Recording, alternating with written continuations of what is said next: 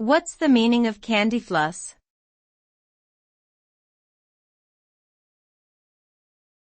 Candyfloss.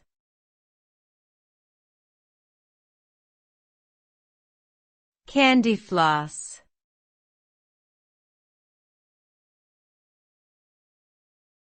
Candyfloss.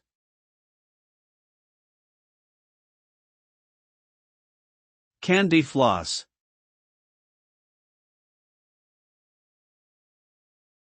Candyfloss is a type of spun sugar that is popular as a sweet treat at fairs and carnivals. To create candyfloss, a machine heats and spins sugar at high speeds, causing it to form thin strands that are then collected onto a stick or cone.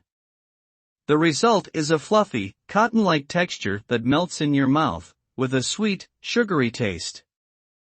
Candyfloss is often pastel-colored and can be found in various flavors, such as bubblegum, strawberry, and vanilla.